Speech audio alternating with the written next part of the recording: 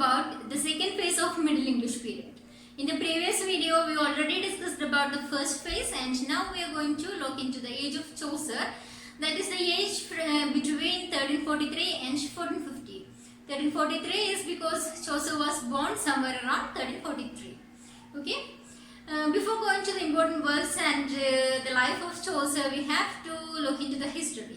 In the history, from that point of view, we have three important events happened. That are 100 Years of War, Peasants Revolt and the Black Death. And when we talk about the 100 Years of War, it was started in 1337 and ended by 1453. We know that the major portion of Old English period was under the rule of this King Edward III, and this war is also associated with his name.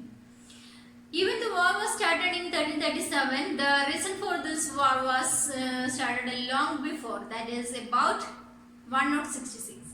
That is, after the Norman conquest, William the Conqueror became the king of England and France, and he united both these countries and ruled it.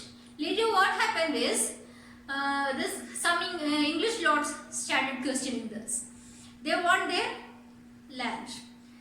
At some point, French dynasty or French kings divided the English land into small provinces, and they gave them to some English lords who have faith into this French dynasty.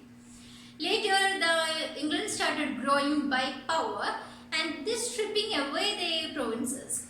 It was mostly during the time of the war between England and Scotland. It's because Scotland was an ally of France.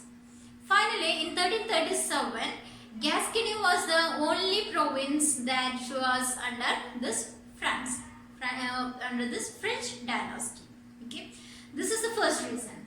Then the second reason is, in 1328, the King of France, that is Charles IV, died, and he has no male heirs or brothers, and the principles did not allow a female succession. Then his closest relative was Edward III of England. That is, he was his nephew. And Isabella of France, she is the mother of this Edward III and also sister of this Charles IV of France. Okay, she claimed for the throne for her son, but the French dynasty did not accept that, and they passes this throne to Philip VI, the Count of Valois. This is the second reason, and the war happened between these two dynasties, that is House of Plantagenet and House of Valois. House of Plantagenet is the ruling family of England, and House of Valois is the ruling family of France. And finally, when the war ends, the final victory was of France. This is the outline structure of this war, and from that point of view, we have to look into three important battles, battles in which the England got won. And such battles are the Battle of Crecy, Battle of Poitiers, and Battle of Agnicourt.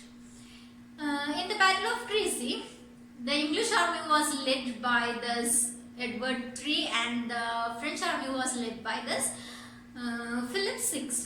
And during the archery duel, the crossbowmen of French army was defeated by the longbowmen of England. That is, this crossbow method and longbow methods are two methods used in the archery, and the England used longbow method to fight against this French dynasty or the French army. This is all about the 100 Years of War. Then coming to the Black Death. Black Death happened in between 1347 and 1341. And we know that it's a deadly pandemic happened in the human history, and it's also known as pestilence, great mortality, and plague. It was spreaded by a kind of black rat, and it was a worldwide pandemic, and about 1/3 of the population of Europe was wiped out by this pandemic. Okay, it's about 75 million to 200 million peoples. This is about this Black Death, and the Black Death has a great importance in the field of literature that we can discuss later. And then coming to the Peasants Revolt. Peasants Revolt happened in 1381. That is 1381. And the great leader of this revolt was Wat Tyler, and because of that, this revolt is also known as Wat Tyler Rebellion. Wat Tyler Rebellion.